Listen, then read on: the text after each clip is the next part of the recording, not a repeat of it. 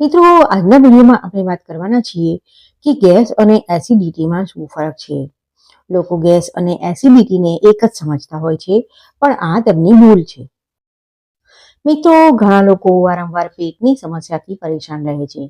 ક્યારેક પેટ ફૂલે છે, ક્યારેક ડકાર આવે છે અને ક્યારેક છાતીમાં બળતરા થાય છે. પણ મોટાભાગના લોકો એક જ શબ્દ વાપરે છે કે મને ગેસ થઈ ગયો છે. હકીકતમાં દરેક વખતે ગેસ નથી થતો. ઘણા કિસ્સામાં સમસ્યા એસિડિટી હોય છે. તો આજે આપણે ખૂબ સરળ અને સ્પષ્ટ રીતે સમજીશું કે ગેસ શું છે અને એસિડિટી શું છે, અને આ બંને વચ્ચેનો વૈજ્ઞાનિક ફરક શું છે, અને કેવી રીતે ઓળખવું કે આપણને ખરેખર શું સમસ્યા છે. તો ચાલો વિડીયોની શરૂઆત કરીએ. તો સૌથી પહેલા વાત કરીએ કે ગેસ શું છે. જ્યારે આપણે ખોરાક ખાઈએ છીએ ત્યારે આપણા પાચન તંત્રમાં ખોરાક તૂટે છે, મતલબ કે પચવા લાગે છે. આ પ્રક્રિયા દરમિયાન થોડો ગેસ બનવો સ્વાભાવિક છે, પરંતુ જ્યારે ગેસનું પ્રમાણ વધારે થઈ જાય ત્યારે લક્ષણો શરૂ થાય છે. હવે ગેસના મુખ્ય લક્ષણો કયા છે? તો ગેસના મુખ્ય લક્ષણોમાં પેટ ફૂલવું, ભારેપણું લાગવું, વારંવાર ઓડકાર આવવા, પેટમાં ગુડગુડ અવાજ આવવો, ક્યારેક પેટમાં હળવો દુખાવો પણ થવો. ગેસ મુખ્યત્વે પેટ અને આંતરડામાં બને છે. એનો સંબંધ પાચન પ્રક્રિયા સાથે છે. હવે સવાલ થાય કે ગેસ કેમ બને છે. તો ગેસ બનવા પાછળના કારણોની વાત કરીએ તો તેમાં છે ઝડપથી ખાવું, ચાવીને ન ખાવું, વધુ તેલીય અથવા ભારે ખોરાક ખાવો, વધુ દાળ, ચણા, કોબીજ, ફુલાવર વગેરે ખાવાથી પણ ગેસ થાય છે. આ સિવાય જમતી વખતે વધારે પડતી હવા પેટમાં જતી રહેવી, અને બીજું છે ખાધા પછી તરત સૂઈ જવું. જો તમે ખાવા પીવાની રીતો સુધારો તો ગેસની સમસ્યા ઘણા અંશે ઓછી થઈ શકે છે. ચાલો હવે વાત કરીએ કે એસિડિટી શું છે. આપણા પેટમાં હાઇડ્રોક્લોરિક એસિડ બને છે. આ એસિડ ખોરાક પચાવવા માટેનું કામ કરે છે. પરંતુ જ્યારે આ એસિડનું પ્રમાણ વધારે બનવા લાગે છે, અથવા ખાલી પેટે લાંબા સમય સુધી આપણે રહીએ છીએ, અથવા ખોટી જીવનશૈલી હોય, ત્યારે આ સમસ્યાઓ શરૂ થાય છે. હવે એસિડિટીના મુખ્ય લક્ષણો વિશે વાત કરીએ તો તેમાં છાતીમાં બળતરા, ગળામાં બળતરા, ખાટા ઓડકારો, મોઢામાં ખાટું પાણી આવવું, ક્યારેક ગળામાં એસિડ ઉપર ચડવું વગેરે હોઈ શકે છે.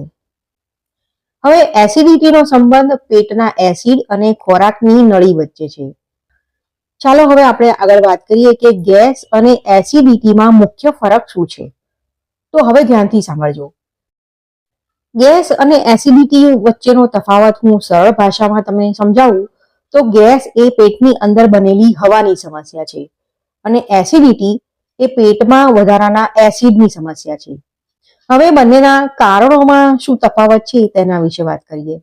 તો તેમાં ગેસના કારણોની વાત કરીએ તો ઓવર ઇટિંગ, હેવી ડિનર એટલે કે ભારે ખોરાક ખાવો, વધારે પડતું ખાવું, વધારે પડતા કઠોળ અને દાળનું સેવન કરવું વગેરે છે.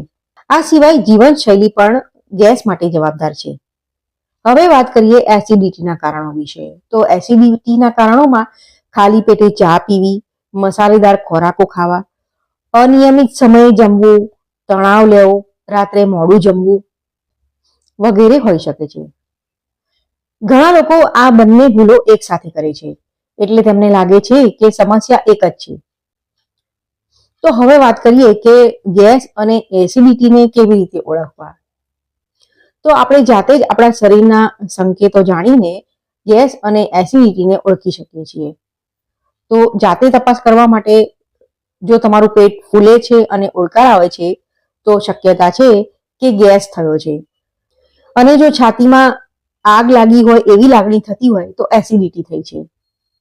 જો સૂતા સમયે બળતરા વધે તો એ એસિડિટી છે. જો ચાલવાથી રાહત મળે તો એ ગેસ છે. આ રીતે તમે પ્રાથમિક ઓળખ કરી શકો છો. જોઈએ કે ગેસ અને એસિડિટીના ઉપાયોમાં શું તફાવત છે. બંને સમસ્યાઓ માટે એક જ ઉપાય કામ લાગતો નથી. તેના ઉપાયોમાં પણ ફરક છે. તો સૌથી પહેલા ગેસના ઉપાયો વિશે વાત કરીએ તો તેમાં ધીમે ધીમે ખાવું, ખોરાક સારી રીતે ચાવીને ખાવો, ભોજન પછી 15 મિનિટ ચાલવું, ભારે ખોરાક ખાવાનું ટાળવું, દિવસમાં પુષ્કળ પાણી પીવું વગેરે બની શકે છે. અને એસિડિટીના ઉપાયો વિશે વાત કરીએ તો ખાલી પેટે ચા પીવાનું ટાળવું, રાત્રે હળવું ભોજન લેવું, મસાલેદાર ખોરાક ઓછો ખાવો અને દિનચર્યામાં નિયમિતતા લાવવી. આ સિવાય તણાવ ઓછો કરવાથી પણ એસિડિટીની સમસ્યામાં ઘણી હદે રાહત મળે છે. યાદ રાખો, સાચી સમસ્યા ઓળખવી એ જ સાચો ઉપાય છે. ઘણા લોકો દરેક વખતે એન્ટાસિડ લઈ લે છે, પરંતુ જો સમસ્યા ગેસની હોય તો એસિડની દવા કામ નહીં લાગે. અને જો વારંવાર એસિડિટી થતી હોય તો વારંવાર ઘરેલું ઉપાય પણ અજમાવવા જોઈએ નહીં. અને આ સમસ્યાઓને લાંબા સમય સુધી અવગણવી પણ ન જોઈએ. હવે તમારા મનમાં સવાલ થશે કે તો પછી ડોક્ટર પાસે ક્યારે જવું?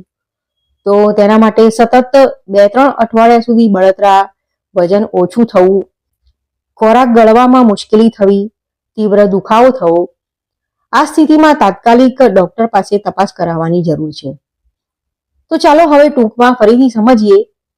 ગેસ એટલે પેટ ફૂલવું અને ભારેપણું, અને એસિડિટી એટલે છાતીમાં બળતરા અને ખાટા ઓડકાર. બંને અલગ છે અને તેના ઉપાય પણ અલગ છે. અને જો બંને સમસ્યાનો એક ઉપાય કહું તો જીવનશૈલી સુધારવી એ બંને સમસ્યાઓનું નિદાન છે. જો આ માહિતી તમને ઉપયોગી લાગી હોય તો કમેન્ટમાં લખજો, હવે મને ફરક સમજાયો. વિડીયો જોવા માટે ખૂબ ખૂબ આભાર. ફરીથી મળીશું, ત્યાં સુધી આવજો.